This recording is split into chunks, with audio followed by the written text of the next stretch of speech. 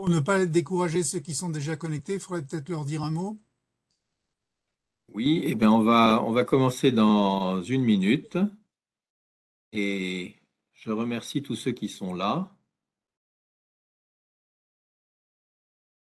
En fait, je pense qu'on doit pouvoir commencer. Donc, bonjour et bienvenue à toutes et à tous. Merci à Jean-Luc Laurent et au professeur Xavier Guchet, qui est membre de l'équipe Connaissances, Organisation et Systèmes Techniques de l'Université de Compiègne, d'avoir coordonné ce numéro des Annales des Mines. Et sur un objet complexe qu'est la crise sanitaire et aussi d'avoir accepté d'animer cette table ronde. Le numéro des Annales qui y est consacré est d'une exceptionnelle richesse, avec pas moins de 60 auteurs, pour décrire différentes facettes d'un phénomène qui est encore en cours et dont nous n'avons pas fini de constater les effets. Pour autant, il était nécessaire d'en tirer les premiers enseignements, à la fois pour cette crise et puis pour d'autres à venir. Améliorer la résilience de la société, qui a été bousculée par des crises à répétition, chacune exceptionnelle, suppose en effet une prise de recul, et les travaux qui ont été ici rassemblés, nous l'espérons, y concourent. Merci également aux intervenants, le docteur Clément Lazarus, conseiller expert auprès du directeur général de la santé pour la sécurité sanitaire internationale et la santé mondiale, je suis impressionné du titre, par Pauline Kergal, chercheuse à l'Université de Montpellier, par Stéphane Tirard, qui est professeur à l'Université de Nantes, et par Madame Elisabeth Toutu-Picard, qui cumule une longue expérience de directrice d'hôpitaux, de directrice adjointe de l'APHP, une expérience à l'ARS de Toulouse et une incursion sur les bancs de l'Assemblée nationale. Donc une façon variée de voir les différents aspects de santé abordés. Et merci enfin à l'équipe de rédaction des Annales qui a œuvré pour que ce numéro soit un succès, alors qu'il était très abondant et avec un grand nombre de points de vue et d'auteurs. Permettez-moi aussi de rappeler pour ceux qui l'ignoreraient que les Annales des Mines, fondées en 1794, sont la plus vieille revue imprimée d'Europe et comprennent 4 séries: Réalité industrielle, Gérer et comprendre, Responsabilité et environnement, où est paru le numéro dont nous parlons aujourd'hui, Enjeux numériques. Tous les numéros des Annales sont accessibles gratuitement dès le début du mois de leur parution sur le site annales.org et elles sont constituées typiquement par environ 100 000 lecteurs différents par numéro. Les Annales des Mines sont ainsi dans leur rôle d'éclairer des enjeux structurels, économiques et industriels, écologiques, sociétaux, numériques et de management à travers de leurs 4 revues et les tables rondes qui accompagnent souvent leur sortie. Le sujet de ce soir est vaste, il ne fallait pas moins que vos talents pour les traiter. Jean-Luc, je te passe la parole pour l'introduire. Oui, bonjour à tous. C'est du fait de l'impact très fort sur nos vies courantes et sur la société que j'ai proposé au comité de rédaction des Annales de réaliser un tel numéro. Conscient que ma culture n'était pas assez vaste dans le domaine des idées, j'ai convaincu Xavier de m'aider. Il dira tout ce qu'il a tenté. Moi, je voulais souligner le fait que les articles ont été essentiellement écrits en mai-juin. On est dans un domaine très évolutif et donc il ne faut pas reprocher aux auteurs de ne pas savoir ce qui s'est passé après qu'ils aient livré leur article. On a décidé de segmenter le numéro en 3 parties. Une partie santé, une partie numérique, y compris toutes les mésinformations qu'a pu véhiculer le numérique, et une partie idée. Voilà l'essentiel de ce que je voulais dire, et je passe la parole à Xavier. Bien, bonjour à toutes et tous. Merci d'abord à tous les participants à cette table ronde d'avoir répondu présents et présentes à l'appel, et puis aux auditeurs. Merci à Jean-Luc de m'avoir associé à la coordination de ce numéro. Alors, je suis venu en soutien. Jean-Luc est la cheville ouvrière de ce numéro, mais effectivement, je me suis impliqué plus en particulier dans cette fameuse rubrique idées dont parlait Jean-Luc à l'instant, avec grand plaisir de voir au final une rubrique extrêmement riche d'abord par la qualité des textes qui ont été proposés et publiés, et puis par la diversité des perspectives, des points de vue donnés sur cette pandémie. Et je dirais en un mot, en quelques minutes ou quelques dizaines de secondes, ce qui me semble très important dans ces différentes approches du phénomène pandémie, envisagé sous un angle santé publique, sous un angle épistémologique, quid de l'expertise dans la fabrique des décisions politiques, sous un angle psychologique, sous un angle industriel, sous un angle bien entendu également scientifique, épidémiologique, y compris dans cette rubrique idée. Donc toutes ces dimensions-là me semblent traversées par un questionnement de valeur, un questionnement de portée morale, je dirais, sur les significations qu'il faut donner au mot d'ordre, à l'impératif catégorique presque qui a été formulé de la manière suivante: il faut défendre la vie. Il faut défendre la vie. S'il faut confiner, c'est pour défendre la vie. S'il faut développer des vaccins, reterritorialiser l'industrie du médicament sur le sol européen, c'est pour défendre la vie dans le futur. Et donc défendre la vie peut paraître un mot d'ordre indiscutable et univoque. Et en réalité, ce que montrent ces textes, je pense, mais aussi notre expérience de la pandémie, c'est que ce mot d'ordre est traversé par des conflits de valeurs. Et par exemple, bien sûr, confiner pour défendre la vie, protéger en particulier les plus fragiles, c'est empêcher les mobilités, c'est réduire les échanges sociaux, ce qui a pu se payer du prix d'une atteinte à la vie également, notamment à la santé psychique des individus. Privilégier la prise en charge des patients Covid dans les hôpitaux, ça a pu se payer aussi d'un prix très élevé en termes de report de certaines interventions médicales, et donc avec le grand risque que pointent les experts de voir à terme des pathologies chroniques mal soignées ou mal diagnostiquées pendant cette période pandémique, et donc se payer d'un prix très élevé en termes de santé publique. Et on pourrait multiplier les exemples, je le fais dans la courte introduction à ce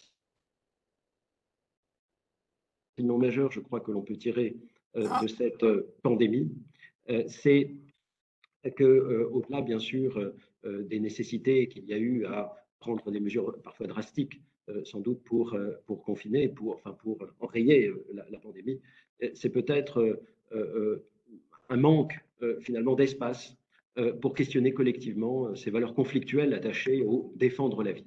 Voilà, je n'en dis pas plus et je rends la parole à Jean-Luc pour l'animation de cette table ronde.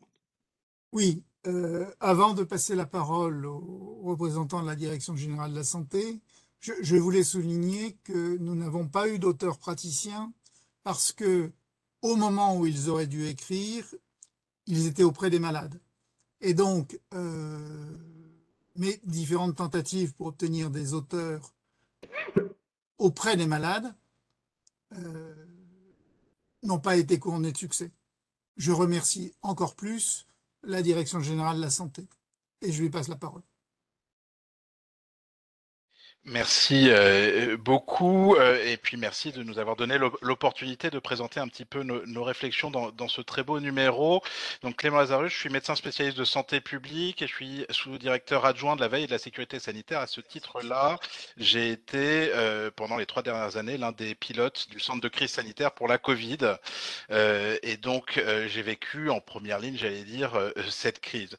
Alors évidemment, là, dans le temps qui m'est imparti, il n'est pas question pour moi de faire un rétexte exhaustif de la crise. Je pense que l'heure entière n'y suffirait pas et il faudrait même peut-être des vies entières pour tirer tous les enseignements de cette crise. Donc, ce dont j'aimerais vous convaincre là en 15 minutes, c'est à quel point cette crise a été génératrice d'innovation pendant ces 3 années. D'abord, un premier point que j'aime toujours rappeler, c'est à quel point cette pathologie, ce Covid, a été, du point de vue des épidémiologistes dont je suis, un cauchemar absolu. Il faut imaginer un virus qui a, pour lui, toutes les pires caractéristiques qui vont nous embêter. Une transmission aérienne aérosol, ça veut dire difficile à tracer et qui reste en suspension dans l'air plusieurs minutes, voire plusieurs heures, ce qui veut dire que même quand la personne infectieuse a quitté les lieux, il y a encore possibilité que les personnes se contaminent. Une durée d'incubation et un intervalle de génération, c'est-à-dire le délai moyen entre 2 générations de cas extrêmement court, 3 à 6 jours, ce qui veut dire que le temps que les personnes tombent malades, se fassent diagnostiquer, tester, qu'on ait le résultat, qu'on engage l'enquête épidémiologique, qu'on retrouve ses contacts, évidemment, on court derrière un feu de broussailles avec un verre d'eau et c'est très compliqué. On rajoute à ça le fait que dans cette pathologie, on l'a compris assez rapidement au fil des mois, on a beaucoup de personnes qui sont asymptomatiques et pour autant qui sont transmettrices de la maladie, environ 50%. Et donc là, c'est absolument invisible et intraçable. Une maladie qui donne aussi une forte morbidité, une forte mortalité, combinée au fait que, contrairement aux autres pandémies de ce type précédentes, nous avons des moyens modernes de réanimation et donc l'acceptabilité sociale de la mortalité liée à la Covid est évidemment bien moindre que celle de la grippe espagnole de 1918 par exemple. Et donc il y avait à mettre évidemment tout en œuvre pour essayer de soigner un maximum de ces cas sévères. Et puis en début de pandémie évidemment, pas de traitement, pas de vaccin, et les pénuries que vous connaissez en matière d'équipements de protection individuelle. Donc on avait vraiment tout contre nous. J'ajoute à cela un fort sentiment d'incertitude au début de la pandémie, ce qui veut dire que chaque décision est une prise de risque, fondée sur une analyse de risque bien sûr, mais une prise de risque, et la possibilité de se tromper, voire même de se contredire au fur et à mesure qu'on acquiert des connaissances. Donc, vous voyez qu'on est tout de suite dans une situation où la plupart de nos cadres de préparation préexistants, au vu de la violence et de l'intensité de la crise, vont être mis en défaut. Et en gestion de crise, on a souvent l'habitude de plaisanter en disant que le premier mort d'une crise, c'est le plan de préparation. Et je crois que celle-ci n'a pas fait exception en la matière. Et donc, il y a incertitude, mais il y a eu un certain nombre d'innovations. Et donc, je vais vous en présenter de manière totalement arbitraire 5 qui me semblent assez intéressantes à relever pour la discussion. D'abord, une innovation en termes organisationnels. Vous savez que la gestion de crise, c'est quelque chose qui fait l'objet d'une structuration parfois assez rigide, avec des fonctions, situation, décision, anticipation, communication, qui sont traitées dans des textes réglementaires, des circulaires, notamment une circulaire qui datait de 2009, signée par le Premier ministre de l'époque, Édouard Philippe. Et nous sommes à la DGS rapidement affranchis de cette organisation-là pour créer au sein de notre centre de crise sanitaire des pôles thématiques. Je ne vais pas les citer, mais cette organisation par pôle, elle nous a permis d'avoir une certaine agilité, c'est-à-dire que notamment dans la phase très évolutive du début de crise, à chaque situation particulière, on a pu mettre en place une petite équipe dédiée, par exemple pour le rapatriement sanitaire des Français de Wuhan, au tout début de la crise, si vous vous souvenez, on a mis une équipe en place. Ça permet de spécialiser rapidement des équipes parce que lorsque c'est tout le monde qui est en charge, eh bien en fait c'est ces personnes et qu'il y a une acquisition de savoir sur laquelle on peut ensuite capitaliser durant l'ensemble de la crise. Mais ça se fait au prix, et c'est vrai, il faut le dire, d'une certaine baisse de la lisibilité de l'action, ça nous a été parfois reproché, et puis un questionnement sur quelle est la place de la fonction anticipation qui est évidemment importante en temps de crise, mais dont je dirais que l'anticipation, elle est toujours intégrée à la gestion. Et d'ailleurs, la plupart des exemples que j'ai, c'est lorsque ce sont les personnes qui étaient les mains dans le cambouis, si j'ose dire, qui étaient en charge aussi de l'anticipation, que ça marchait le mieux. Sinon, on a des risques d'avoir une certaine déconnexion entre l'action et l'anticipation. La deuxième innovation qui est particulièrement frappante dans cette crise, c'est une innovation informationnelle. Cette crise, ça a été la crise des systèmes où on a utilisé le plus de systèmes d'information et de big data. On a l'habitude même de dire que c'est la crise de la data, puisque alors que dans les pandémies précédentes, par exemple H1N1 pour ce qui est de la plus proche de nous, on avait une surveillance épidémiologique qui passait rapidement à un aspect populationnel, syndromique, général. Là, on a conservé des indicateurs au niveau individuel. Ce sont tous les indicateurs de pilotage que vous connaissez et qui étaient sur tous les écrans, sur toutes les applications. Si on cite tous les systèmes d'information qui ont été développés, il y en a énormément. CIDEB, qui a été l'outil de centralisation de tous les résultats de dépistage. CIVAC pour les vaccins, Contact Covid pour le contact tracing, Tous Anti-Covid pour le contact tracing numérique et le carnet de preuves pour le pass sanitaire, Surve SMS pour la surveillance de ce qui se passait dans les établissements médico-sociaux, Monique pour les clusters lorsqu'on cherchait à comprendre ce qui se passait. Santé publique France est passé pendant la crise de 200 indicateurs en open data à 800 indicateurs en open data, ce qui est absolument phénoménal, et aujourd'hui on n'imaginerait plus faire 100. Pour autant, on va avoir des enjeux importants.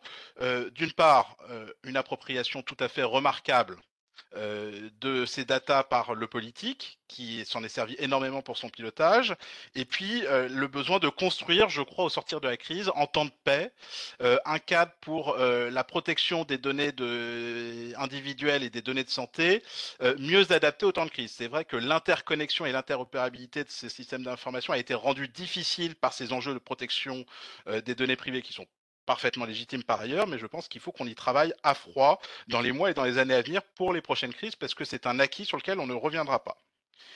Troisième innovation, l'innovation médicale avec les évacuations sanitaires massives qui ont été mises en place lors des 4 premières vagues de l'épidémie. C'était pas totalement nouveau, c'était une idée préexistante qui avait été travaillée en exercice par le SAMU de Paris. Notamment cette idée de faire des trains sanitaires, si vous vous souvenez. Je dirais qu'on a appris en faisant tout au long de la crise, et parce que la nécessité d'évacuer très rapidement des régions, notamment l'Est de la France et l'Île-de-France ensuite, a permis d'acquérir un savoir-faire, de former de nouvelles équipes, et au-delà de ces chardons qui étaient donc ces TGV réanimation sur rail qui amenaient les patients d'est en ouest et pour lesquels on pouvait prendre jusqu'à 48 patients dans un TGV, ce qui était un effort massif de délestage d'un hôpital ou d'un territoire. On a appris ensuite à le faire avec des avions et à aller chercher des patients outre-mer, notamment aux Antilles, durant la vague de l'été 2021, avec jusqu'à 12 patients dans un Airbus, avec tous les défis logistiques et de sécurisation que ça représente. Pensez par exemple qu'il fallait mettre dans l'avion aussi tout l'oxygène nécessaire pour ces patients sous Je vais respirateur. peut-être vous demander de résumer un petit peu pour laisser de la place aux autres interventions. Alors je vais aller plus vite. Je pensais que j'avais encore un petit peu de temps, mais si je prends encore 2 innovations dont je voulais vous parler, une innovation européenne, puisque la coordination européenne a été extrêmement importante avec le certificat numérique Covid, qui aujourd'hui est devenu une norme qui est adoptée par plus de 100 pays et qui va continuer à se développer dans les discussions sur un éventuel accord sur les pandémies qui est en cours de discussion et qu'on va porter. Et puis, évidemment, je voulais vous parler de la logistique avec la campagne de vaccination et les tests, où on a appris à développer avec un maillage territorial tout à fait conséquent et un nombre d'effecteurs très important, des capacités et une ingénierie de formation adossée à ces capacités qui était absolument conséquente. Donc voilà, mon propos était de vous dire que tout n'a pas marché, mais qu'il y a beaucoup qui a été créé comme dans toutes les crises et qu'aujourd'hui, même si le Covid est toujours là, on est dans une phase de capitalisation pour essayer de conserver ce qui a été fait et le pérenniser, ce qui est un enjeu pour les années à venir. Et je m'arrête donc là et je laisserai la suite pour la discussion. Merci beaucoup. Vous avez souligné notamment l'importance du numérique dans cette crise. J'ai donc le plaisir de passer la parole à Pauline Kergal, qui représente le chapitre numérique et qui va nous parler notamment de Mésinformation.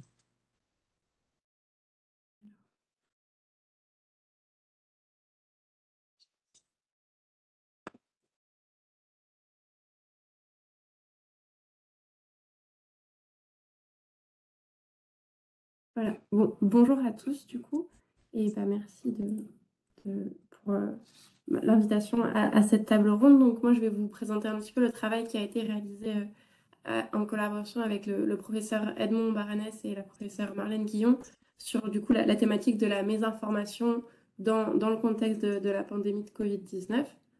Donc on est parti du fait que la pandémie de Covid-19, elle a mis sur le devant de la scène la notion de fake news ou fausses informations et les conséquences que cela peut entraîner. Quand on écoutait les informations, notamment au début de la pandémie, on entendait parler de croyances conspirationnistes, mésinformations, désinformations, même le terme d'infodémie, sans que tout cela soit toujours très bien clair pour tout le monde. Donc nous, dans l'article, on a voulu s'intéresser en premier lieu à la diffusion de l'information et plus particulièrement des fausses informations ou croyances conspirationnistes sur Internet. On a regardé les impacts que cela peut avoir dans le domaine de la santé de façon générale et du coup plus spécialement pendant cette pandémie de Covid. Et du coup, pour terminer, on a essayé de discuter un peu des solutions qui sont possibles pour lutter contre cette mésinformation. Donc, on a vu que avec le développement d'Internet, des réseaux sociaux, on a eu un accès à la formation pour le grand public qui a été très largement facilité et une circulation de l'information qui a augmenté grandement. Donc, pour illustrer, on a par exemple, en janvier 2020, on avait 14 millions d'utilisateurs qui avaient effectué des recherches sur le forum en ligne Doctissimo, où, comme on peut voir ici sur le graphique, on a eu une explosion du nombre de recherches du mot coronavirus en 2020. Donc, ça illustre vraiment qu'il y a un enjeu important autour de la qualité de l'information disponible sur Internet. Et donc, il y a un phénomène qui fait que d'homophilie, qui fait que les individus, ils recherchent dans leur entourage des personnes qui ont des caractéristiques similaires, qui vont avoir des opinions similaires. Et donc, ça va entraîner la création de bulles sociales et donc une forte polarisation des communautés sur Internet. Et donc, cette polarisation, pardon, des communautés, elle a été montrée comme étant en lien avec la diffusion des fausses informations et croyances conspirationnistes. Donc, il y a aussi, c'est d'autant plus important que il semblerait que les fausses informations se diffusent plus largement que les informations véridiques. Ça, c'est une étude assez connue, je pense, de Vozugi et Al sur Twitter, qui a montré qu'une fausse information se diffuse plus rapidement, plus largement, et que un tweet qui comporte une fausse information peut impliquer jusqu'à 100 000 individus contre 1000 individus pour une vraie information. Et c'est d'autant plus problématique que l'exposition répétée à une information, ça augmente sa crédibilité. Après, ce résultat n'est pas forcément unanime. D'autres études ont trouvé un rythme de diffusion qui est plus ou moins similaire, ou si on prend par exemple Pulido, ce qui a été mis en avant dans cette étude, c'était que les fausses informations étaient davantage tweetées, alors que les informations scientifiques étaient davantage retweetées. Donc, si on s'intéresse maintenant du coup aux impacts que cela peut avoir dans le domaine de la santé, c'est particulièrement problématique du fait des conséquences sanitaires qui sont possibles. Je pense qu'un exemple assez marquant et connu, c'est l'étude frauduleuse qui avait eu lieu dans The Lancet à la fin des années 90 et qui mettait en avant un lien entre vaccination contre la rougeole et autisme. Et donc ça, c'est une information qui avait été démentie très rapidement. Mais malgré ça, on a vu une multiplication des cas de rougeole dans plusieurs pays développés, dont la France. Donc, dans le domaine de la santé, les fausses informations, ça ne concerne pas uniquement la vaccination. Il y a eu aussi beaucoup le cas de fausses croyances autour du VIH, de sa diffusion ou encore autour des traitements antirétroviraux. Donc, dans le contexte de la pandémie de Covid-19, toute l'incertitude, notamment au début de la crise qui a été mentionnée juste précédemment, ça a conduit à l'apparition de nombreuses théories conspirationnistes, parce que notamment ces croyances conspirationnistes, elles prennent de l'ampleur dans des situations de crise. Et donc tout ça, ça a conduit à un phénomène d'infodémie, où on avait une surabondance d'informations qui rend difficile l'identification d'informations fiables. Et donc toutes ces fausses informations qui ont circulé, elles ont pu avoir parfois des conséquences dramatiques sur le plan sanitaire avec des décès, notamment du fait d'automédication avec du phosphate de chloroquine aux États-Unis. En Iran, il y a eu le cas d'absorption de méthanol. Donc c'est vraiment un problème qui est global et qui a lieu partout dans le monde. Donc au-delà de ces incidents, il y a eu plusieurs études scientifiques qui ont été menées pour étudier le lien entre fausses informations et comportements de prévention face à la Covid-19. Et ce qui a été mis en avant, c'est une association négative entre ces croyances conspirationnistes et l'adhésion aux recommandations de distanciation sociale. Il a aussi été montré que l'exposition à la mésinformation, ça constitue une barrière importante de vaccination contre la Covid-19. Ça, c'est un résultat qui était valable dans différents contextes également.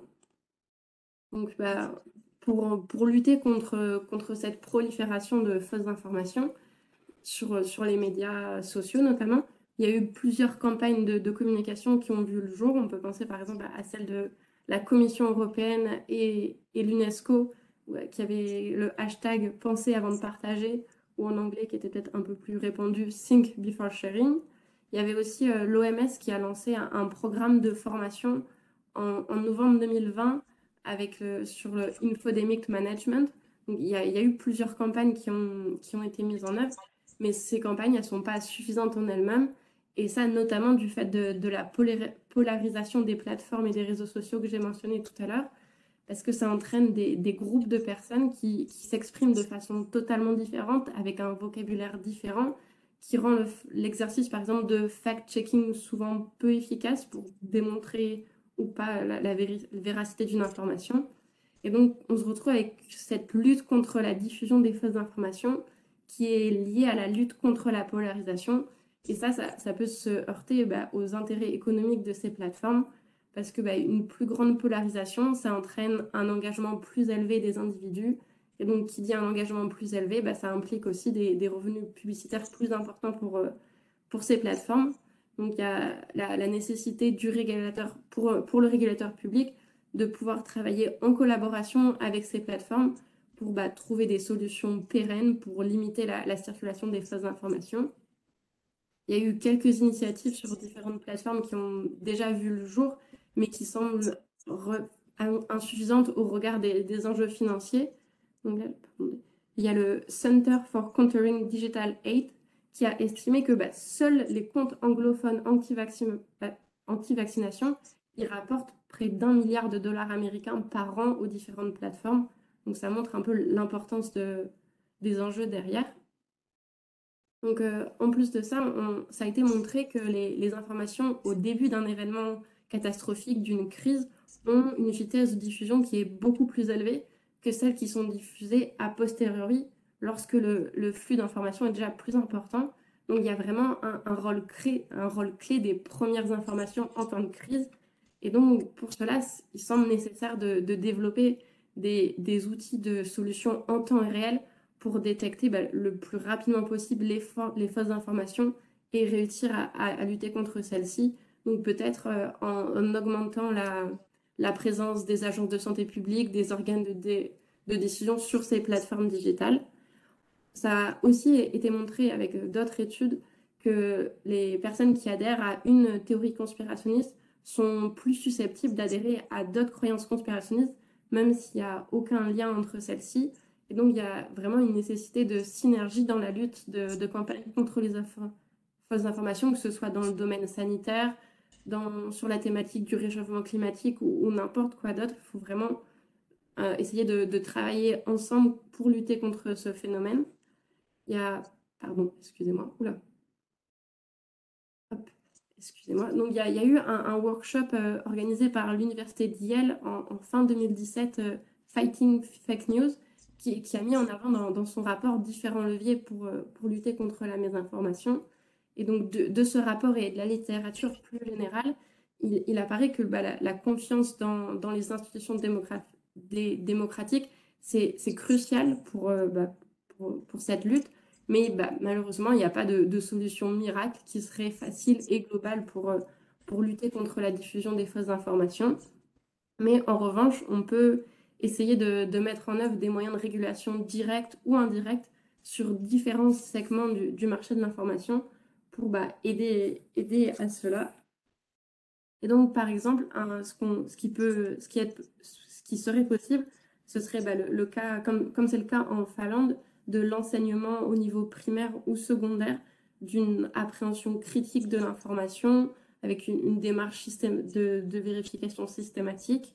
Un autre exemple, ce serait la récente loi européenne du Digital Services Act, où les plateformes ont l'obligation de supprimer elles-mêmes les contenus illégaux sous peine d'amende.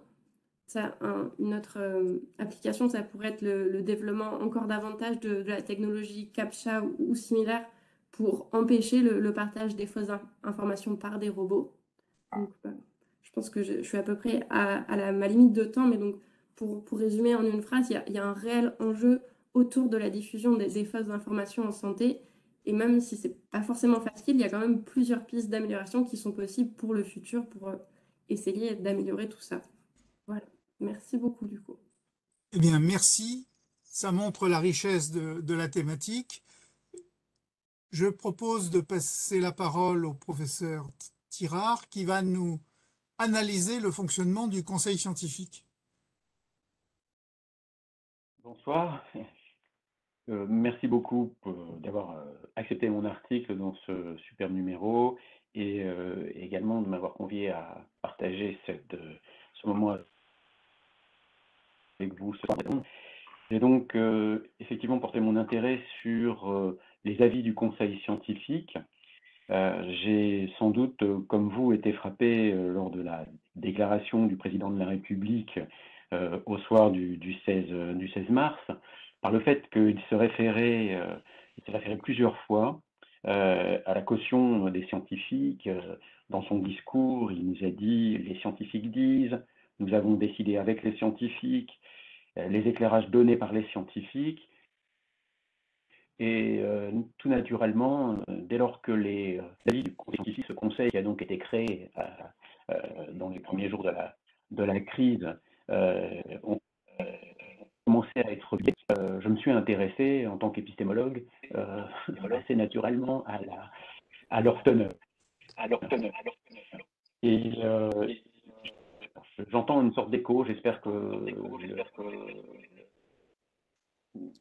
Je pense qu'il faudrait couper votre haut-parleur.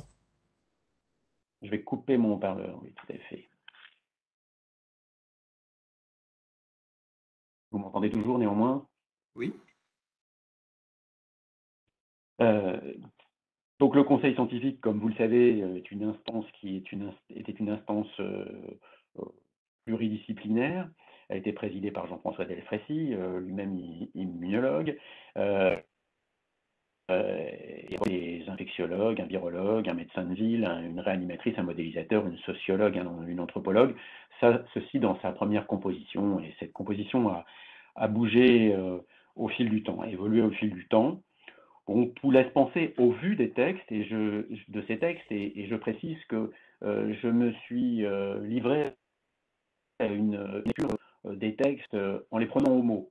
C'est-à-dire que je ne me suis pas questionné, ce n'était pas l'objectif de mon enquête, ce serait une autre enquête sur les conditions scientifiques, sur ses relations effectives avec le pouvoir. C'est évidemment une enquête intéressante, mais ce n'est pas ce à quoi je me suis intéressé. J'ai cherché à regarder vraiment ce que contenaient les textes tels qu'ils étaient livrés au public, aux politiques, à l'homme de la rue, aux journalistes et à tous les personnels de ceux qui souhaitaient les lire. Donc, ce conseil était effectivement pluridisciplinaire. On constate dans une... je vais prêcher pour ma paroisse, évidemment, que les sciences sociales sont peu représentées dans ce conseil. La facture des avis et des notes, donc de ces 22 avis et notes qui ont été publiés durant l'année 2020 et qui composent un ensemble de 375 pages, eh bien, elle est à peu près récurrente. On peut constater que le Conseil délivre un certain nombre de remarques, de suggestions, des remarques qui peuvent être critiques parfois, et il commence souvent par ça quand il a à le faire, des suggestions qui vont porter sur les modalités suivant lesquelles il conseille de gérer cette crise, et puis il ne met pas à une certaine pédagogie, c'est-à-dire que parfois il y a des notes, des avis qui comportent des textes explicatifs sur les mécanismes immunitaires, sur les principes du traçage numérique, etc., qui visent véritablement à partager un certain nombre de connaissances. Alors, sur quoi se fondent ces avis? À quoi se réfèrent-ils? Ils comportent en fait des références à des grandes revues scientifiques, tout à fait classiquement, The Lancet, Nature, JAMA, par exemple. Et puis également, et ça probablement est-ce l'urgence de la situation qui le justifie, à des préprints, c'est-à-dire à des articles qui ne sont pas encore publiés et qui sont néanmoins partagés par la communauté. Et également sur le conseil s'appuie sur des rapports émanant d'autres institutions que lui-même. D'une manière générale, on note dans l'organisation de ces avis une volonté de continuer. Le Conseil fait référence à ses avis précédents et il y a l'organisation d'une réflexion logique au fil du temps. Alors, cette bibliographie, finalement, ces références du Conseil, ce que l'on trouve dans les avis du Conseil, n'en font pas pour autant des articles scientifiques. Je pense qu'il faut insister sur ce point. Ces textes sont le fait d'un groupe de personnes qui estiment pouvoir organiser son propos en se référant à ces textes que je viens d'indiquer. Cependant, ce ne s'agit pas de publications scientifiques dûment expertisées par des pairs extérieurs, naturellement. Donc ça confère à ces avis un statut extrêmement particulier. Et donc, leur fonction, c'est ce qui est demandé au Conseil scientifique, et d'aider les décideurs à prendre des décisions. Et on voit bien que lorsque le président de la République appelait la caution des scientifiques dès son premier discours, on peut se questionner sur le fait cette relation complexe qu'il peut y avoir, ou ce positionnement complexe plutôt qu'il peut y avoir pour les scientifiques de ce conseil à être entre la formulation d'une parole fondée scientifiquement et le fait que leur propos doit être utilisé dans la sphère publique pour des décisions urgentes et extrêmement graves. On peut noter au passage que le mot l'expression argument scientifique, je me suis intéressé aux termes, je ne vais pas les énumérer ici, et je n'ai pas pu les énumérer d'ailleurs dans ce court article, mais il y a des termes qui peuvent être tout à fait représentatifs de la pensée scientifique, du raisonnement scientifique, de la posture que doivent avoir les scientifiques de ce conseil, qui sont de bons indicateurs dans leur propos. Et le syntagme argument scientifique, j'étais très intéressé de le voir apparaître assez tôt dans les avis, et tout aussi intéressé finalement de le voir disparaître assez rapidement. Et je me suis interrogé sur le fait que cette expression, qui semblait tout à fait à propos dans la mesure où le politique attendait les avis du Conseil ou affirme attendre les avis du Conseil pour construire sa propre argumentation, et bien que les scientifiques aient fait disparaître ou aient omis d'utiliser cette expression par la suite. En fait, il me semble être, ce retrait me semble être assez significatif de la position extrêmement délicate dans laquelle ce conseil s'est retrouvé assez rapidement, et ça transparaît dans les différents avis, et on pourrait l'illustrer, je ne vais pas rentrer dans le détail, mais avec le sujet très délicat des élections, du maintien des élections municipales, épisode dont vous vous souvenez sans doute, et vis-à-vis duquel le conseil scientifique a utilisé une rhétorique dans laquelle il a finalement chercher à équilibrer son propos en donnant effectivement des éléments sur enfin, des arguments scientifiques, puisqu'il utilisait encore à ce moment-là, mais en relativisant son positionnement et en rappelant que c'était aux politiques de prendre ces décisions. Je pense que c'est un moment fort dans la vie de ce conseil scientifique. Alors, je ne voudrais pas être trop long. Qu'est-ce qu'il en est donc de la teneur scientifique de ces rapports? Qu'est-ce qu'il en est de la nature de la preuve scientifique, des justifications qui sont formulées dans ces avis? En fait, je pense qu'on peut voir, distinguer deux niveaux. Et le fait de distinguer ces deux niveaux permet de montrer à quel point la tâche de ce conseil n'est pas simple. Un premier niveau qui est celui de prouver que l'on a, en tant que conseil scientifique, réalisé un travail de documentation de fond et de montrer sa compétence. Donc là, il s'agit effectivement de se référer à des publications scientifiques, de montrer que l'on est au fait de cette actualité scientifique qui n'a cessé d'évoluer d'heure en heure pendant ces journées au plus fort de la crise. Et ça, c'est un premier niveau.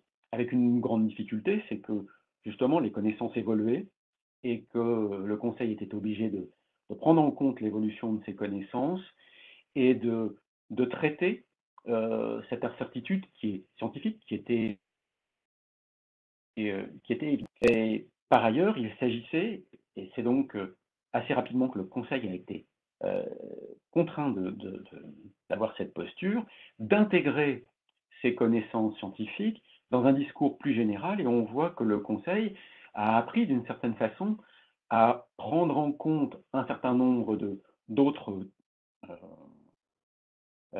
un certain nombre de critères d'ordre sociologique, politique, dont les décideurs devaient nécessairement tenir compte. Et donc, on voit un deuxième plan s'installer dans la démonstration, dans la justification et mise en œuvre par le Conseil scientifique, qui est donc une sorte d'intégration dans un discours plus général de ce propos fondamentalement scientifique. Et là, on mesure la complexité de la chose, et c'est très régulièrement illustré par un rappel récurrent dans les avis, qui consiste à dire que c'est aux politiques de prendre les décisions. Et c'est quelque chose qu'il faut souligner, parce que de fait, le Conseil scientifique a été dans cette position qui transparaît donc au fil des écrits,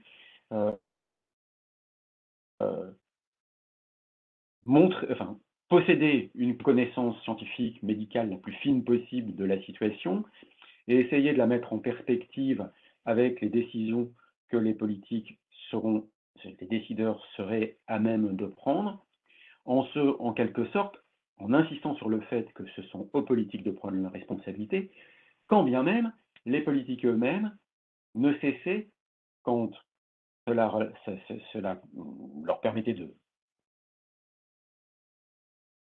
partager la responsabilité, d'évoquer les propos des scientifiques.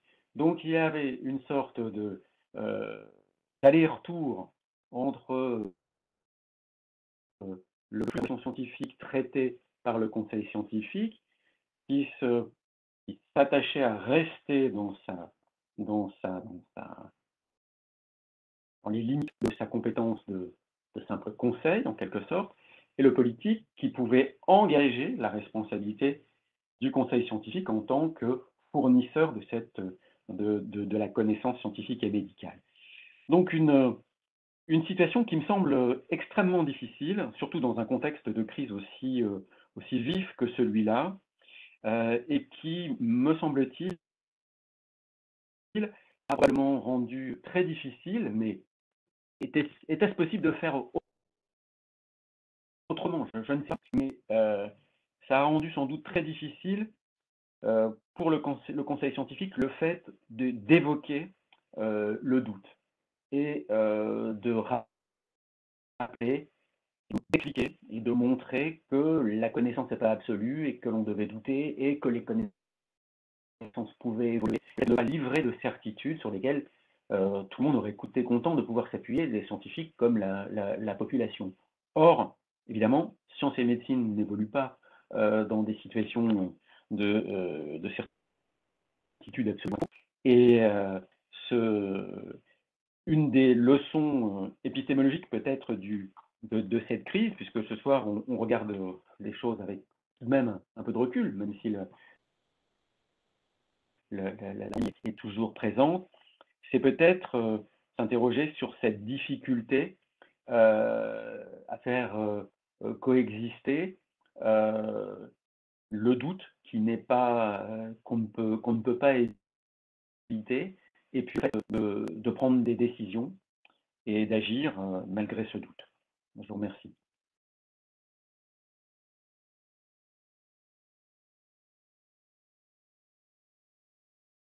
Ah, je rétablis mon son. Je nous entends. Madame Totu-Picard est-elle parmi nous au téléphone?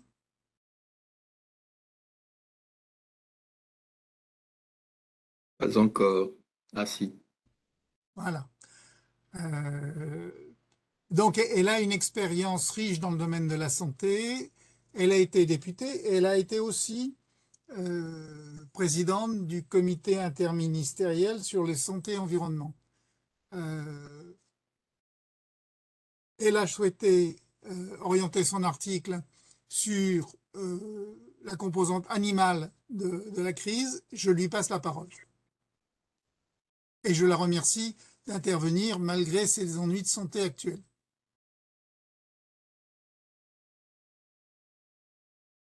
Votre micro est coupé, madame. Il faut...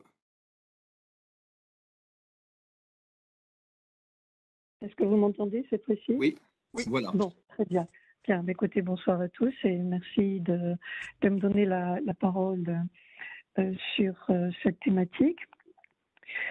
Moi, je vais vous apporter mon témoignage d'ancienne députée, donc le regard un peu politique de la gestion de cette crise. Et surtout, je vais vous parler de ce que j'ai vécu comme présidente d'une commission d'enquête parlementaire sur les politiques publiques en santé et environnement et comme surtout présidente du groupe santé environnement, le fameux JSE. Alors, avant de développer tous les aspects positifs, parce qu'il y en a, j'allais dire malheureusement, que l'on peut, ou heureusement, que l'on peut tirer de cette crise Covid. Je voulais simplement faire une très brève analyse rétrospective de ce qui s'est passé. Je pense que les différents intervenants qui ont pris la parole avant moi l'ont déjà bien évoqué. On a eu affaire à une crise sanitaire planétaire et sans précédent. Le représentant de la DGS a parlé d'un cauchemar absolu. Le représentant du conseil scientifique a raconté combien c'était très difficile de trouver un positionnement et surtout de conforter la parole des scientifiques qui, au fur et à mesure de la crise, étaient remises en question et créer une autre crise qui était celle de la confiance. C'est vrai que la France, globalement, en définitive, en termes de mortalité, s'en est mieux sortie que les autres pays de l'Union européenne. On a vu d'ailleurs à cette occasion les fragilités des ententes internationales, même à l'intérieur de l'Union européenne. Mais en même temps, cela a amené en fait à faire preuve d'adaptation. On voit bien combien, par exemple, la DGS a dû adapter la réponse médicale et improviser quelque chose de complètement nouveau. Les repères classiques ont été remis en question et il a fallu trouver des réponses nouvelles à une crise complètement nouvelle et qu'on ne maîtrisait pas, et dans un contexte de mutation permanente du virus. Le côté je dirais positif. Alors, essayons d'être positifs malgré tout. Et il y a des côtés positifs. C'est que cette crise a souligné la nécessité de réenvisager les approches sanitaires en incluant toute la chaîne du vivant. Cette fameuse démarche One Health, une seule planète, une seule santé. Et je dirais que de ce côté-là, la Covid, considérée donc comme une zoonose, a bien fait bouger les lignes et nous a amenés tous à reconsidérer ce que l'on pensait être la définition permanente de ce que c'était que la santé et surtout la manière dont il fallait l'aborder. De quoi est-on aujourd'hui certain? C'est que les pandémies vont se multiplier. On sait d'ores et déjà que le taux de nouvelles de maladies émergentes, le pourcentage de maladies émergentes est particulièrement important et que 75% des maladies émergentes sont des zoonoses et 60% des maladies humaines anciennes sont d'origine animale. Donc, quand on regarde un peu plus près les causes, on voit bien qu'elles sont multiples, ce qui rend la démarche complexe puisque c'est une approche totalement systémique. Et ça nous renvoie à la difficulté aussi de nous organiser à l'échelle internationale. On voit bien ce qui s'est passé avec la COP27 et le maigre en fait retour que l'on peut en faire. Si on regarde le verre à moitié plein, on peut se dire que peut-être les pays pauvres ont réussi pour la première fois à se faire un peu plus entendre des pays riches, mais quand même de grands points d'interrogation sur le positionnement des grands pollueurs qui étaient absents à cette COP. La Chine, dont le professeur Delfrécy nous a dit qu'il n'avait pas joué le jeu pour la Covid et qu'il n'avait pas partagé toutes les informations. Les États-Unis, les grands absents. Mais bon, on peut espérer que l'accord de Paris sera respecté par Biden, qui lui-même a une politique d'ouverture vers les entreprises américaines susceptibles d'intégrer dans leur démarche de management une dimension écologique et donc quelque part aussi prévention pandémique. L'Inde, heureusement, était présente. Mais c'est vrai que le contexte était très tendu puisqu'il y avait la guerre en Ukraine, en Europe centrale, et puis on peut espérer que quand même il y aura d'autres occasions de rencontres, G7, G20. Là, il y a une COP biodiversité qui va se tenir prochainement au Canada, et on peut espérer une mobilisation sur cette thématique, parallèlement sur la problématique de l'organisation mondiale de prévention des futures pandémies. Pourquoi je vous raconte tout ça? Pourquoi je rappelle tout ça? Parce qu'on sait que le réchauffement climatique participe à l'émergence de nombreux vieux virus qui jusqu'à maintenant étaient dormants et qu'il va falloir faire face à tout ce qui nous attend. Alors, quelle a été en définitive la réponse institutionnelle en France après la Covid? Moi, j'ai retenu certains éléments du bilan établi par le professeur Delfrécy, du conseil scientifique, notamment plusieurs dimensions, une dimension humaine. Il a bien dit que les principes humanistes avaient été perdus de vue au profit d'une priorité sanitaire dans les EHPAD. Il me semble que là, il y a un questionnement, je dirais, éthique dont il va falloir un jour ou l'autre se saisir pour savoir comment protéger réellement les plus fragiles en tenant compte de la psychologie particulière du grand âge notamment. Ensuite, la deuxième chose qui moi me paraît essentielle, il a souligné un manque de concertation avec les élus locaux, et notamment des problèmes de responsabilité partagée avec les parents d'élèves qu'on aurait pu mettre en place pour éviter de fermer des écoles et créer des problèmes de prise en charge des enfants. Troisième point, malgré tout, comme je le disais en termes de mortalité, la France s'en est bien sortie, mais il va falloir aussi que l'on paye nos dettes, parce que le quoi qu'il en coûte crée un gros problème économique et lié à cette stratégie de confinement qui a été quand même poussée à l'extrême, avec les contrôles des déplacements, les vaccinations, et qui a été vécu par la population comme une atteinte aux libertés individuelles. Donc je pense que là aussi, il y a un coût politique pour notre démocratie lié à la gestion de la Covid et qu'il faudra à un moment ou à un autre trouver un moyen de bien communiquer. Le représentant du conseil scientifique a exprimé cette difficulté de faire de la bonne vulgarisation des notions scientifiques.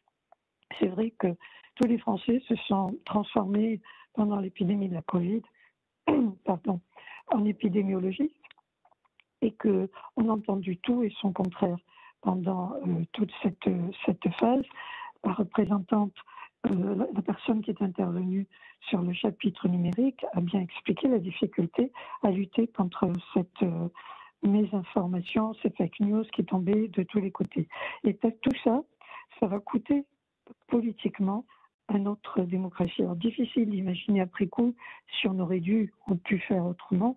C'est trop facile après coup de refaire l'histoire. Je trouve que si on est assez honnête, compte tenu des difficultés énormes rencontrées, je pense que globalement, tous les responsables scientifiques, administratifs, politiques ont essayé de faire aussi bien qu'ils le pouvaient. Alors, qu'est-ce qui a été décidé concrètement? Quelles ont été les réponses institutionnelles post-Covid? D'abord, bien sûr, quelque chose qui, moi, me paraît hautement significatif et plus que symbolique. Le ministère de la Santé est devenu ministère de la Santé et de la prévention. Et j'y vois, moi, une révolution vraiment dans l'approche des problèmes de santé. Jusqu'à maintenant, la prévention, traditionnellement, était considérée comme se limitant en définitive à la lutte contre l'alcoolisme, le tabagisme, différentes addictions, le diabète et les problématiques hypercholestérolémie, tension cardiaque. Là, maintenant, à partir du moment où on a rajouté et de la prévention, ça sous-entend quand même qu'il y a, on confirme que le ministère de la Santé ne fait pas que soigner, mais également protéger et prévenir de tout ce qui peut s'abattre sur la santé des Français. De la même manière, un secrétariat d'État avec un portefeuille santé-environnement a été créé officiellement. On peut se poser quand même la question des connexions qui peuvent s'établir avec toutes les autres instances qui existent, notamment les agences, le Haut Conseil en santé publique. C'est une problématique qui demeure. Et la création du COVARS, le comité de veille et d'anticipation des risques sanitaires, qui a affiché très clairement vouloir suivre une approche One Health, n'a pas pour autant répondu à la problématique de la gouvernance et de la gestion silo entre tous ces intervenants. Il y avait le conseil scientifique, mais il y avait également le Haut Conseil en santé publique et il y avait aussi tous les autres partenaires, les agences qui ont répondu présentes, mais également le GSE que j'ai présidé donc pendant toute cette période de la Covid, le groupe santé environnement. Donc ce COVARS, sa mission, c'est donc ce nouveau comité de veille et d'anticipation des risques sanitaires avec vigilance sur les conséquences sur la population. Mais aussi, il prend le relais en fait du conseil scientifique pour éclairer les décisions des pouvoirs publics. Et ce qui est intéressant, c'est que la petite vingtaine de membres est constituée de virologues, mais aussi de vétérinaires et de représentants de la société civile pour justement amener cette approche globale des risques. Maintenant que l'on sait ce risque de zoonotique qui est lié quasiment à toutes les pandémies. Au niveau du GSE, j'en finirai avec ça, le groupe santé-environnement, moi j'ai vu au cours de la Covid que la Covid avait fait bouger les lignes, notamment dans le fonctionnement, je dirais, des services ministériels et l'approche sanitaire et toutes les stratégies de politique publique, de telle manière, eh bien, en cours de Covid et en cours surtout de réflexion menée par les membres des GT de ce groupe santé-environnement qui travaillent pour qui ont travaillé pour construire le PNSE 4, le plan national santé environnement, qui a été publié en mai 2020, eh bien, en cours de réflexion, la dimension One Health, c'est-à-dire prise en compte d'anticipation des pandémies, a été officiellement intégrée dans le groupe de travail qui jusque-là, dans les PNSE précédents, ne portait que l'appellation biodiversité. Et ce groupe de travail biodiversité est devenu un groupe de travail sur One Health. Et c'est pas le moindre des signaux intéressants, avec une présidence qui est assurée par un vétérinaire.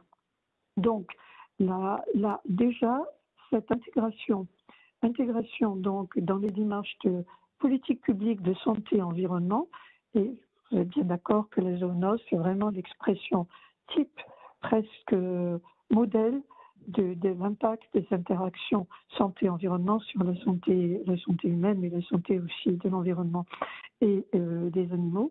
Et le fait que dans la politique publique, dans ce document programmatique qu'est le PNSE, le fait d'officialiser qu'il y a un groupe de travail qui réfléchit sur la démarche One Health, pour moi est un signe majeur d'une évolution de l'approche même de la notion de santé. Deux choses dont je voulais vous parler, je finirai avec ça. Le PNSE 4. Le PNSE 4 vient de faire l'objet, en octobre 2022, d'un rapport d'étape.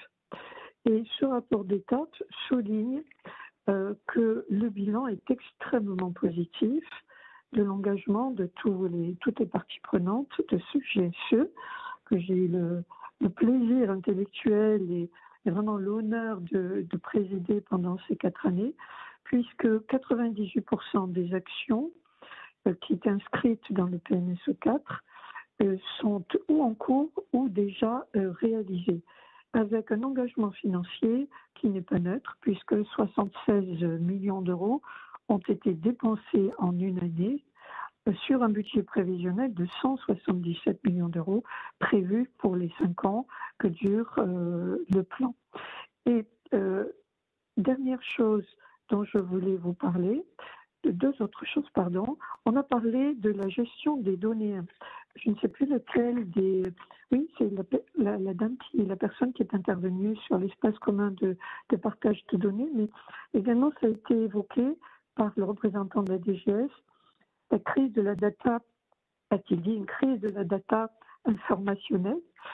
Eh bien, dans le cadre du PNSE 4, il a été créé un Green Data for Health, qui est un espace commun de partage de données environnementales pour alimenter la recherche et l'expertise de façon indépendante pour établir ces liens avec les données santé. Et à ce jour, cet espace a permis la mise en ligne d'un catalogue qui contient 129 bases de données environnementales et la création, surtout c'est ça qui est intéressant, d'une communauté de recherche scientifique de recherche de la donnée publique en santé environnement.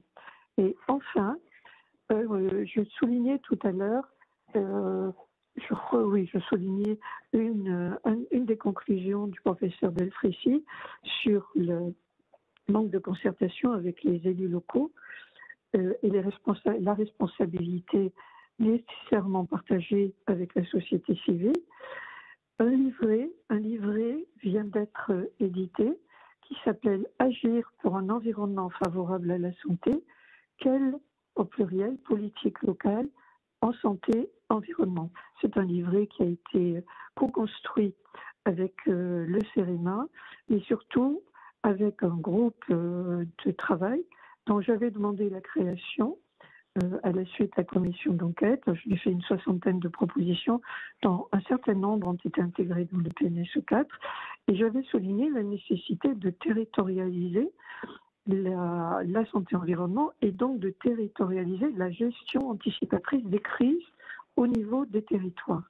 Et pour cela, il fallait des outils. Et j'avais créé donc un groupe de travail supplémentaire que j'avais baptisé Comité d'animation des territoires, un 4, et qui, avec la réflexion enrichie de la réflexion des représentants des associations d'élus, mais également de Césaire et de Mutuelle, a permis la diffusion de ce livret qui devrait éclairer les décideurs politiques locaux en matière de santé environnementale et les rendre donc acteurs et non pas passifs dans la mise en place des actions de prévention contre les différentes pandémies qui ne vont pas tarder de nous tomber sur le coin du nez.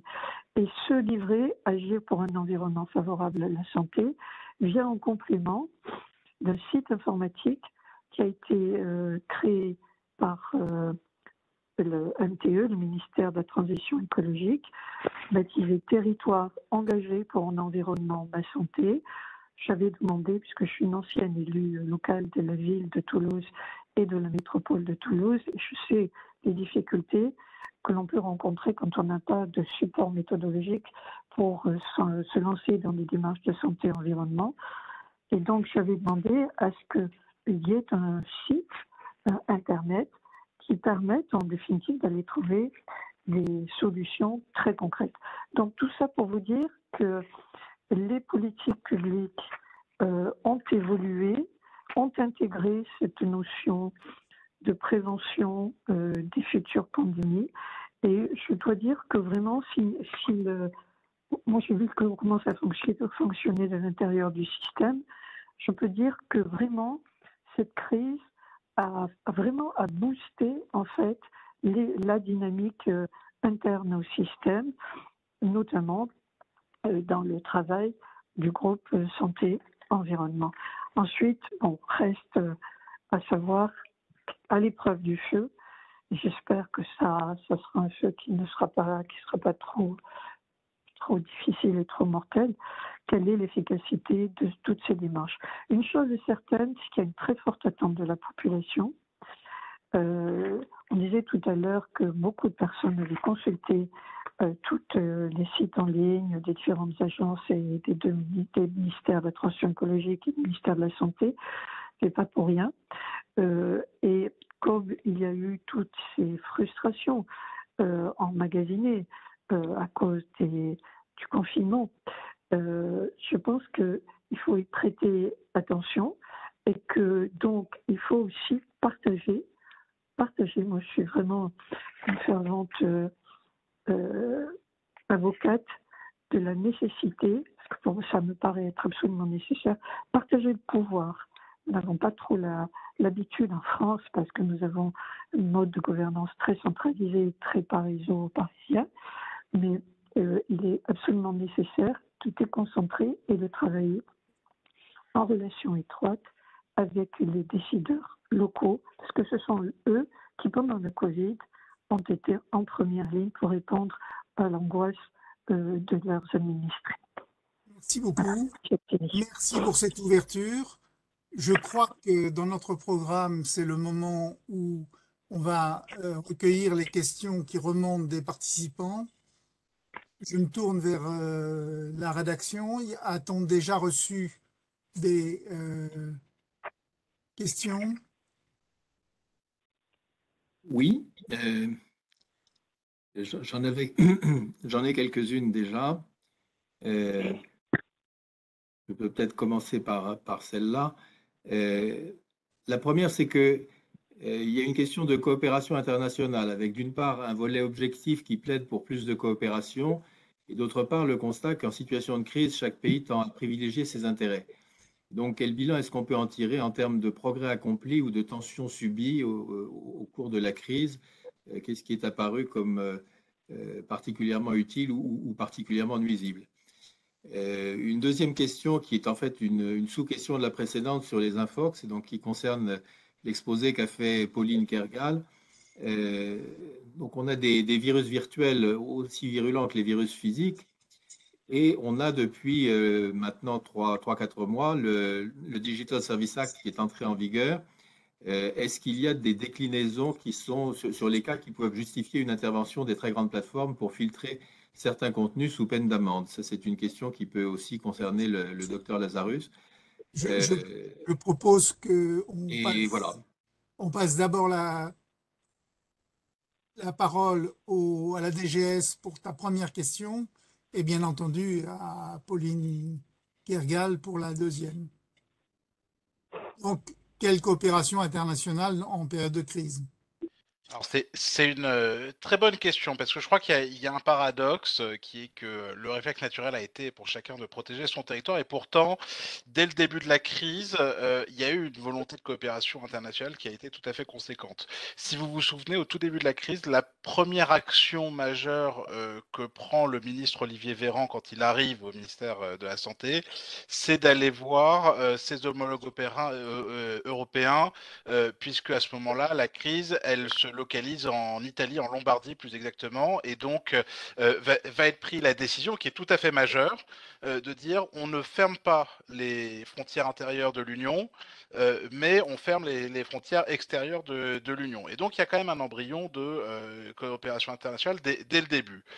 Évidemment, au niveau européen, tout ne s'est pas fait facilement. Et bien souvent, je dirais même que dans les accords européens qu'il y a eu tout au long de la crise, c'est comme souvent le plus petit dénominateur commun qui a prévalu, avec des listes de pays notamment ou des listes de mesures qui étaient le minimum commun. Et après, chaque pays avait la possibilité d'être mieux disant et d'être plus strict s'il le souhaitait. Et c'est d'ailleurs ce qu'on a fait un certain nombre de fois côté français, y compris parce que on a des territoires ultramarins et donc que l'analyse de risque est peut-être un petit peu différente d'autres pays européens.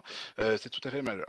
Le deuxième élément de réflexion que je vous soumets, c'est que nous sommes partis dans cette crise avec un cadre de préparation au niveau des relations internationales qui était le règlement sanitaire international dont l'objet est particulièrement ambigu puisque c'est un traité théoriquement contraignant avec une forte légalité, mais dont l'objet est de lutter contre la propagation internationale des maladies en prenant des mesures strictement proportionnées au risque et en évitant les interférences inutiles au transport de personnes et au commerce. Et donc, vous comprenez bien que chacun peut y voir là ce qu'il veut. Et ce cadre, c'est un petit peu, je dois dire, fracassé à l'expérience de la crise, chacun prenant des mesures. On l'a vu particulièrement au moment de l'émergence d'Omicron, avec une Afrique du Sud qui joue le jeu de la transparence et qui se retrouvent avec des pays qui, les uns après les autres, ferment leurs frontières et leurs liaisons aériennes. Et donc, évidemment, là, il y a quelque chose à travailler. Donc, aujourd'hui, on est en train d'y travailler. Il y a des projets d'amendement du règlement sanitaire international. Il y a un projet d'accord sur les pandémies dont on a parlé tout à l'heure qui est sur la table, avec un horizon qui est espéré pour l'été 2024 sur ces deux travaux. Et donc, il va falloir qu'on confronte toute l'expérience internationale acquise pendant la crise à la réalité et qu'on arrive à en tirer quelques enseignements pour avoir un nouveau cadre qui sera mieux adapté pour les prochaines crises. Sur le volet numérique et le DSA? Alors, je suis désolé, j'ai pas retenu la question sur le numérique. Le DSA est en vigueur, il permet théoriquement de demander aux très grandes plateformes de filtrer des contenus qui auraient un caractère particulièrement nuisible, soutien à la haine, soutien, etc. Et la question peut se poser en matière de santé, qu'est-ce qu'on entend par là? Alors, je pense que c'était pour l'autre intervenante qui est bien plus spécialisée que moi sur ces questions-là. Oui, absolument. Oui, pardon. Je me permets 30 secondes de revenir par rapport à la question précédente, c'est pas forcément lié à mon intervention, mais c'est aussi quelque chose d'autres études que j'ai menées sur le Covid qui apparaît, c'est le fait qu'il n'y ait pas forcément d'harmonie au niveau européen. Ça semblait être, du moins participer à une espèce de défiance ou de la crise de confiance qui a été mentionnée. Donc je pense que tous ces règlements et ces cadres qui sont en train d'être mis sont aussi importants de ce côté-là pour essayer de limiter cette crise de la confiance dans les institutions, dans les décisions publiques. Donc c'était aussi quelque chose qui semblait important. Donc ça, c'est un petit aparté par rapport à la question précédente. Sur le DSA, moi, je suis économiste de la santé, plus que spécialiste du numérique, donc je crains que mes connaissances soient un peu limitées là-dessus. C'est quelque chose qui est nouveau, du coup, je ne suis pas sûre que d'un point de vue il y a encore assez suffisamment de recul pour voir ce qui est possible et l'application concrète qu'il pourrait y avoir en santé. Mais ce que j'imagine, c'est que bah, tout ce qui est avéré comme de fausses informations pourrait potentiellement être sanctionnable de par ce texte, ce règlement, quoi. En fait, la jurisprudence reste à écrire en l'occurrence, donc Oui. c'est un chantier ouvert. Je vois qu'un intervenant nous accuse de chercher à refermer le débat sur les choses qui ne sont pas été bien faites. Bon, c'est involontaire de notre part, mais et une autre question qui est de demander si le ministère de la Santé prévoit des campagnes d'information en mode retour d'expérience. Alors, peut-être juste sur tout n'a pas été bien fait, c'est l'évidence de le dire et on ne peut être que d'accord avec ça. Mais je le disais en introduction tout à l'heure aussi, dans le contexte on a de fortes incertitudes dans lequel on était, et ben, il était presque obligatoire qu'on se trompe, qu'on se contredise.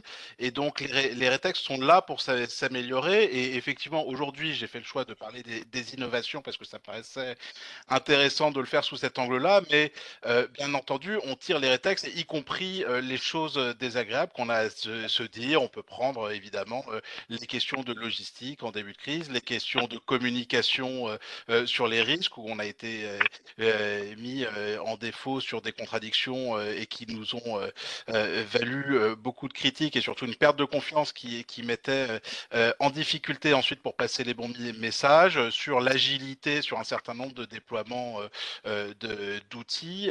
Et ça, bien sûr, on le fera. Il n'est pas question de minimiser ce qui n'a pas été, mais peut-être aussi de dire qu'il y a des choses qui se sont faites pendant cette crise et qui sont porteuses d'avenir. Et c'est sans doute un discours qu'on entend peut-être un peu moins souvent. C'est pour ça que j'ai pris cet angle-là. Sur les mesures sur les campagnes de communication, puisque c'est la question, je ne sais pas si ce sera fait sous forme de rétexte, mais il y a beaucoup de discussions, beaucoup de campagnes, je ne sais pas si c'est des campagnes d'information, mais beaucoup d'enceintes dans lesquelles on a ces retours d'expérience sur le grand public. Je pense que ce qu'on va retenir notamment, et qui est le débat de ces prochains mois, c'est comment ce qu'on a appris à faire collectivement en matière de gestes universels d'hygiène, de mesures barrières, notamment sur le port de masque en milieu clos, lorsqu'il y a de nombreuses personnes, notamment dans les transports en commun, de lavage des mains, etc. Comment on en fait une nouvelle normalité, puisqu'on a déplacé, puisque l'immunité collective permet d'avoir un moindre afflux à l'hôpital, et en tout cas de ne plus être complètement saturé comme on l'a connu dans les premières grandes vagues de l'épidémie. Comment on arrive aujourd'hui à fixer une nouvelle normalité avec une responsabilité individuelle, mais qui s'inscrit dans une norme collective qui est sans doute différente de ce qu'on a connu avant la crise. Moi, je dis souvent que avant la crise, il y avait entre 3 000 et 15 000 morts de la grippe chaque année, et ça n'émeuvait personne. Et aujourd'hui, on est dans un cas différent, mais qu'il faut rendre pour autant soutenable dans la vie de tous les jours et pour les années à venir, puisque le Covid n'a pas prévu de disparaître, en tout cas pour un futur qui est prédictible. Donc il faut qu'on s'adapte. Je vois une question sur a-t-on fait un bilan de l'application Tous Anti-Covid? Alors oui, il y a un bilan. Alors on pourrait en parler très, très longtemps et je suis sans doute pas le meilleur spécialiste. Néanmoins, plus de 60 millions de téléchargements, ce qui est absolument considérable. J'ai pas la volumétrie du nombre d'alertes, de contacts qui a été fait. En tout cas, les retours utilisateurs étaient très bons, notamment sur l'information qui a été poussée et le fait qu'on centralise dans une seule application beaucoup d'outils, que ce soit de l'information poussée, que ce soit le carnet de preuves pour le pass sanitaire et les frontières, l'outil de tracing numérique, c'est évidemment quelque chose à pérenniser pour les prochaines fois. En tout cas, c'est ça, c'est à partir du moment où on a centralisé dans cette application l'ensemble des outils que ça a décollé, puisque vous vous souvenez que les débuts avaient été un petit peu plus laborieux, y compris dans le cadre d'un débat public sur les libertés individuelles, qui était bien légitime, mais où l'utilité de l'application n'était pas complètement perçue au début. Je crois que ça s'est beaucoup amélioré au fur et à mesure de la crise. Alors, il y a une question qui met en avant un rôle possible de l'ordre des médecins.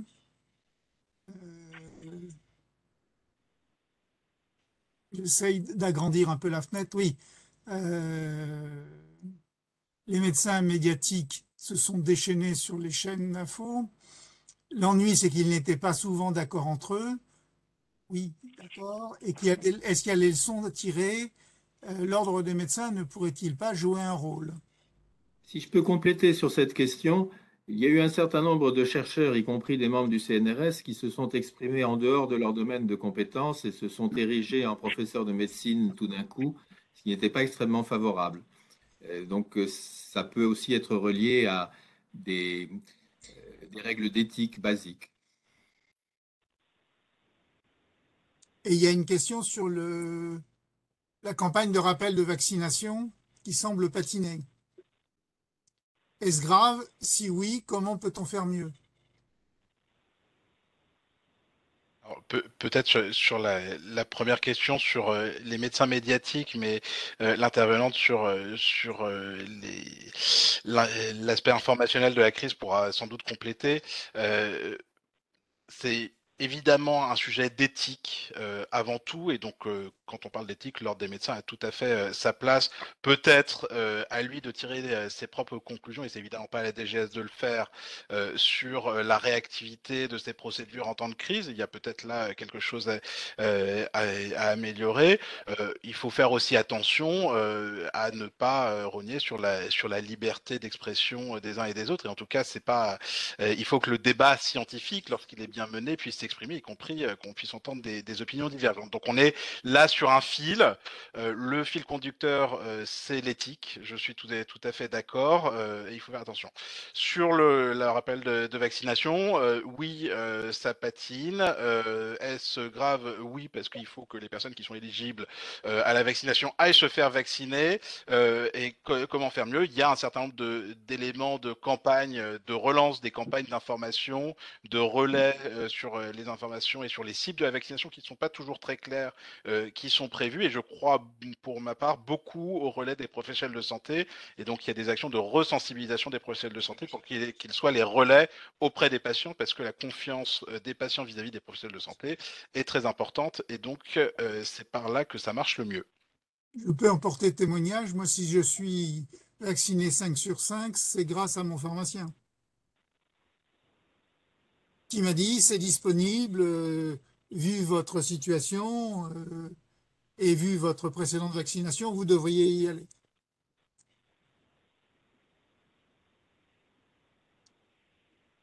Très bien.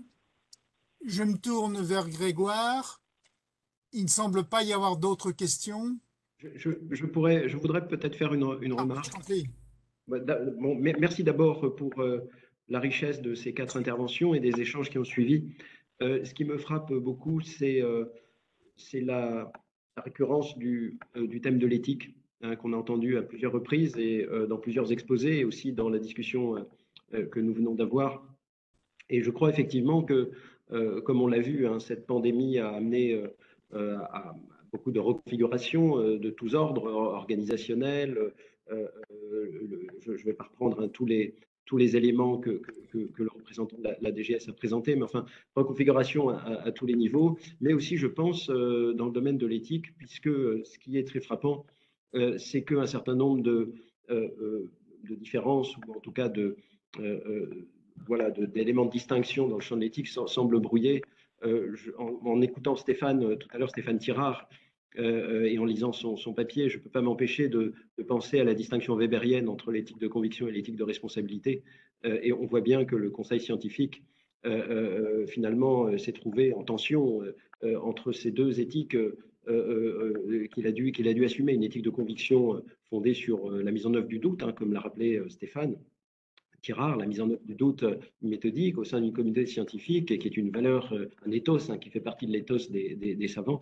Mais bien sûr, dès lors que la parole du scientifique, finalement, sert de justification de légitimation des décisions à caractère moral, eh bien, l'éthique de responsabilité s'impose bien évidemment finalement dans l'éthique du scientifique. Par ailleurs, j'étais évidemment extrêmement intéressé d'entendre Madame Totu-Picard évoquer One Health, hein, c'est-à-dire comment la pandémie finalement accentue encore la nécessité de changer de paradigme peut-être et de penser la santé humaine de manière beaucoup plus large. Alors, c'est vrai qu'on insiste lourdement sur l'importance de l'environnement dans la santé humaine. Le concept d'exposome, par exemple, a fait son apparition dans la loi de modernisation du Code de la santé en 2016, enfin de la santé publique en 2016. Mais l'exposome, ça reste encore anthropocentrique. Alors que là, non, il s'agit vraiment de changer de paradigme et peut-être de faire entrer dans le champ de l'éthique médicale et de l'éthique de la santé publique, des considérations d'éthique environnementale et d'éthique animale, ce qui bien sûr pose un certain nombre de défis, alors qui ne sont pas nouveaux, qui sont pointés par les communautés philosophiques depuis longtemps, mais qui posent un certain nombre de défis épistémologiques et conceptuels. Donc voilà, dans le champ de l'éthique, je pense que la crise nous apporte aussi des éléments de réflexion très intéressants et donc à creuser. En tout cas, merci beaucoup pour ces éclairages.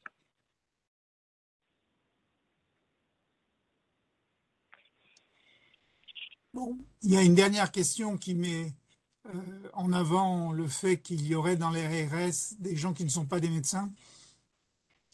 Y a-t-il un commentaire de la DGS sur ce point? Si ce n'est que tous ceux qui, dans l'administration, ont été mobilisés par cette crise extraordinaire n'ont pas compté leurs heures, leur mobilisation, et que je crois que un jugement à l'emporte-pièce de ce type mérite plutôt d'approfondir sur ce qui a été fait. C'était difficile. Je ne crois pas que ce soit une question de qualité médicale ou non. Je crois que tout le monde a fait face et qu'au contraire, on peut se féliciter d'un appareil d'État qui a tenu dans la difficulté avec toutes les limites que le rétexte, on l'a dit tout à l'heure, montre. Tout n'a pas été parfait, il ne s'agit pas de le dire, mais il ne s'agit pas non plus de dire que les choses ont été mal faites ou que l'administration ne serait pas capable de faire, parce que je pense qu'au contraire, c'est tout le contraire qui a été démontré par la pandémie et par la gestion qui en a été faite. Grégoire, c'est toi qui conclus. Merci. Mais écoutez, je tiens à vous remercier d'abord pour vos exposés, la richesse des débats, les approfondissements que vous avez décrits. Je pense que effectivement, il ne s'agit pas d'un satisfecit, mais que des efforts énormes ont été mis en œuvre à cette occasion dans toutes les organisations, qu'il s'agisse certes celles dépendant directement de la santé, celles dépendant de l'économie, celles dépendant quelquefois des armées, et puis de la communication. Il y a toujours mieux à faire et il est clair qu'on peut en tirer des enseignements pour l'avenir. Je pense qu'en termes de résilience, ça sera très utile et que le numéro que nous avons fourni sur un sujet qui est par nature très complexe permettra de tracer des pistes nouvelles. On en a vu quelques-unes ce soir sur la partie numérique, également sur les questions d'éthique et sur des questions d'organisation. On a mis en évidence également que les innovations ont été nombreuses et je remercie le docteur Lazarus de les avoir mis en évidence et que par conséquent, elles pourront servir pour l'avenir en tâchant de faire mieux la prochaine fois comme chaque fois. Je témoigne aussi qu'en ce qui concerne la DGE où j'étais, les gens ont travaillé entre février et juin au moins 2020, entre 12 et 15 heures par jour pour résoudre les problèmes des masques et de tout le matériel médical qui était nécessaire et que ça n'avait rien d'évident. Faire passer de 4 entreprises produisant quelques dizaines de milliers de masques à une centaine d'entreprises en produisant plusieurs centaines de millions, c'était un exercice difficile et ça s'est fait. Même chose sur les respirateurs et sur quelques autres. Alors, en même temps, il reste des faiblesses et des faiblesses de deux natures, je dirais, celles que l'on a identifiées et sur lesquelles on peut progresser. L'ANSES a fait d'énormes progrès en peu de temps et a produit des informations qui étaient très utiles. Et puis d'autres sur lesquelles nous sommes partiellement impuissants et les fake news en sont un exemple. Et donc, c'est le professeur Thirard a également souligné que les SHS étaient importantes dans le sujet et dans le dispositif. Et je pense qu'en effet, il y a un sujet majeur. il y a aussi un sujet majeur dans la formation scientifique de la population, qui est à un niveau relativement faible en la matière et par conséquent sur lequel les exemples finlandais qu'on nous a cités ou suédois, enfin des pays nordiques, peuvent être inspirants. Voilà, je vous remercie donc beaucoup pour cet exposé et cette table ronde. Nous arrivons à 18h30, donc avec une ponctualité militaire à la fin de cet exercice. Il y en aura d'autres. Le numéro des Annales de mai sera encore consacré à la pandémie sous l'angle essentiellement numérique cette fois-ci. Et par ailleurs, eh bien, je vous invite à suivre ces parutions qui sont généralement passionnantes et auxquelles nous sommes tous très attachés. Merci et bonne soirée. Et merci encore à Madame Toutu-Picard pour avoir pu se dégager également. Oui. Merci beaucoup. Merci pour l'invitation. J'espère que j'ai réussi à me faire entendre malgré la grippe. C'était tout à fait clair et très éclairant. Merci. Ok, bonne soirée à tous. Bonne soirée. Merci. Merci à toutes et tous. Bonne soirée. Et merci aux organisateurs.